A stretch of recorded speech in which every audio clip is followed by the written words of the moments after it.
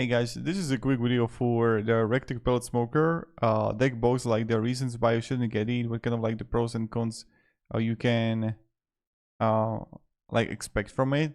Now, plenty of positive reviews, plenty of people are kind of like happy with it, that it's like working well. You don't find a lot of negative stuff, so it's a good product. I'm not going to say it's a bad thing, right? So the first kind of like burn, they kind of like 30 to 40 minutes.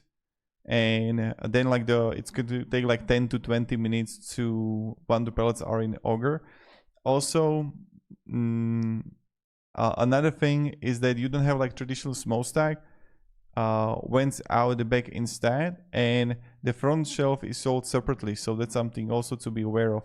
And temperature is variation about like maybe like 5 to 10 Celsius, so that's kind of another thing to be aware of. And then to go even further, what you can actually expect is that you got like great steel construction, so that's good. And you don't have like the pellet dump, so that's something that you need to like be aware of. And also you don't have like the pellet sensor that you would have like for example low pellet alerts. And the Wi-Fi is not that insane as comparing to Traeger's app, for example. Maybe you will like that more.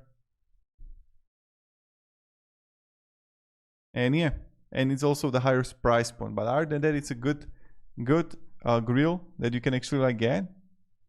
And primarily also the front shelf is not included.